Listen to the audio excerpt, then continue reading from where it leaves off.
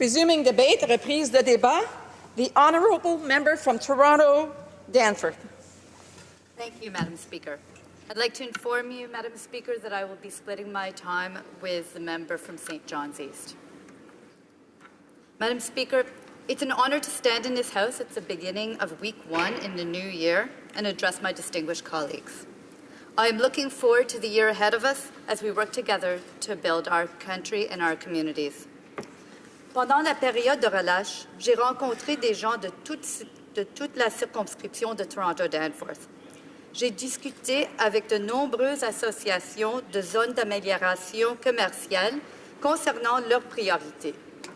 J'ai aussi eu la chance de m'entretenir avec les représentants d'industries créatives basées dans la circonscription, qui m'ont fait part de leurs espoirs et de leurs préoccupations. Et les consultations prébudgétaires m'ont permis de rencontrer un large éventail d'électeurs qui sont exprimés sur leurs priorités pour le gouvernement et qu'est-ce qu'ils pensaient qu'on devrait adopter. Bon nombre des idées dont j'aimerais vous parler aujourd'hui ont été soulevées et défendues par les électeurs que j'ai rencontrés pendant la pause des fêtes. I look forward to working with my colleagues in this House to ensure that the concerns of the residents of Toronto-Danforth and Canadians are addressed by our new government. I look forward to hearing more stories from constituents and learning from their experiences as we discuss the issues that face our community and our country. Today, I am here to address this House regarding two ways in which the speech from this throne looks towards our future. The first relates to green infrastructure, and the second relates to food security. In my writing, green infrastructure takes the form of climate change resilience. Infrastructure spending in Toronto-Danforth that addresses vulnerabilities in existing systems has the potential to unlock one of Canada's most underutilized urban environments. I am referring to Toronto's Portlands and the renaturalization of the mouth of the Don River. La rivière Don traverse, tel un ruban, la ville de Toronto. Elle borde ma circonscription à l'ouest et au nord, du lac Ontario au sud, au ruisseau Taylor au nord. Ces berges sont faites de parcs et d'écosystèmes naturels, mais elle est aussi jalonnée d'espaces créatifs comme le site Evergreen Brickworks et de lieux historiques comme Todmorden Mills. The Don also meanders through the history of Canada.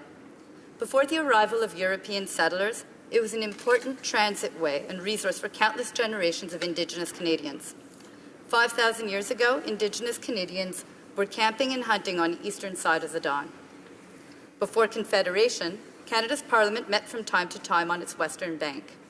The river has always been a special place. As Toronto grew, the valley of the Don went from wilderness to urban space.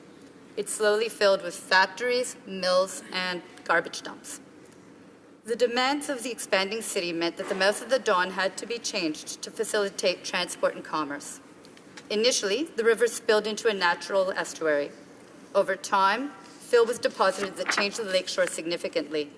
And during the last century, the watercourse was diverted at a 90-degree angle through a concrete channel. This created a usable industrial space, but not a human one. C'est ce détournement peu naturel de la rivière qui créait des risques pour ma circonscription. Mais l'infrastructure verte peut libérer le potentiel des terrains portuaires. The risks are as follows. The shape of the river, made by machines and concrete, puts approximately 3 square kilometers of land and more than 600 homes at risk of flooding.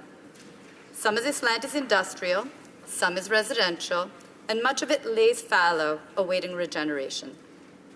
If the Don River's current configuration were exposed to a rain event like Hurricane Hazel, which occurred in 1954, where nearly 20 centimeters of rain fell on southern Ontario over the course of one evening, the results could be catastrophic. This is the place where an important part of Canada's movie and television production industry is quartered. This is a vibrant neighborhood with families and businesses. Lors de nos discussions, les électeurs m'ont parlé de besoins criants à combler, comme ceux en logement abordable et en transport en commun.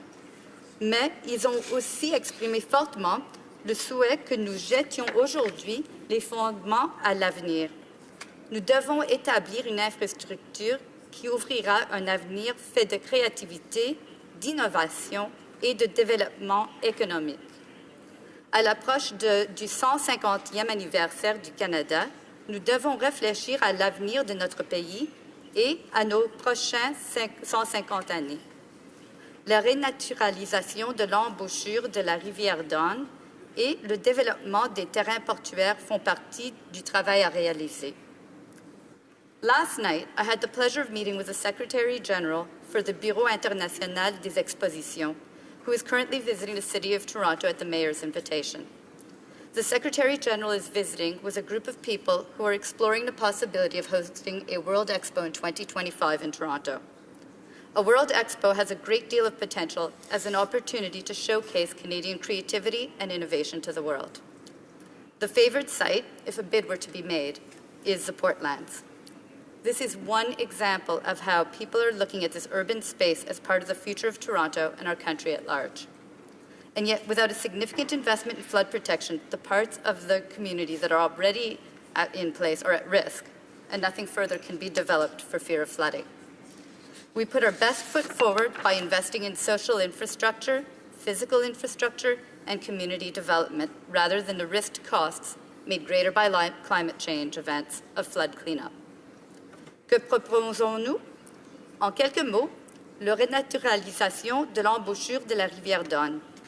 Voilà, Madame Présidente, un exemple d'infrastructure verte, un exemple d'infrastructure qui tient compte des changements climatiques et qui est bonne pour le développement urbain. Les dépenses dans l'infrastructure verte protégeront les quartiers et les terrains portuaires non développés contre les inondations et jettent les bases de l'avenir de ces terres en grande partie abandonnées et inutilisées. The second and final matter, which I would like to discuss in this House today, is food security. In a speech from the throne, our government committed to support the health and well-being of Canadians. One of the ways that this can be accomplished is through ensuring food security for all Canadians. Indeed, the Minister for Agriculture and Agri-Food is tasked in his mandate letter to develop a food policy that promotes healthy living and safe food. What does food security mean? It means giving Canadians reliable access to high-quality, affordable, and nutritious food. Nous avons tous besoin de nourriture saine pour bien vivre. C'est un besoin fondamental pour nous tous. Lorsque nous avons accès à la nourriture saine, nous sommes plus capables de nous concentrer au travail ou à l'école et nous sommes moins dépendants du système de santé. La sécurité alimentaire a un impact direct sur le mieux-être des Canadiens et sur l'économie. The cost of fresh food can push people to rely on less nutritious options that can be high in sugars, fats, and salts. In the north and in remote communities in particular, the cost of healthy, nutrient-rich food is prohibitive. Many diet-related illnesses can be directly linked to food insecurity. Conditions such as diabetes, cardiovascular illness, dental diseases, and obesity often stem from diet. The cumulative effect of food insecurity is tremendous, and some estimates put the cost to the Canadian healthcare system in the billions of dollars each year.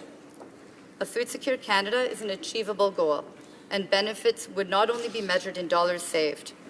In Toronto-Danforth, many people are working on food security issues to build the health of our community, be it through the Riverdale Food Working Group, the South Riverdale Community Health Centre, our local East York, Leslieville, Withrow Park, and Good Food Farmers Markets, or local school nutrition programs. We can build on these great first steps. Food security also benefits the environment. Sustainable farming practices are less harmful to water and soil.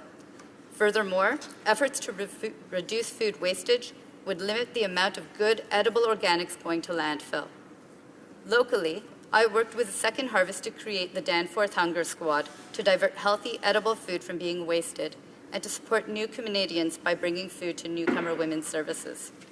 I also worked with the farmers at the Withrow Park Farmers Market to gather healthy, local, organic produce to bring to a food bank at the Eastview Community Centre. The possibilities available to achieve the goals set out in the speech from the throne, specifically ensuring the health and well-being of all Canadians, are endless. Food security is one of them, and I look forward to working with my colleagues in this House to achieve it. Madam Speaker, I've discussed two matters of importance to Canadians and to my constituents. The speech from the throne clearly looks to the future, and I look forward to working with my colleagues on these issues.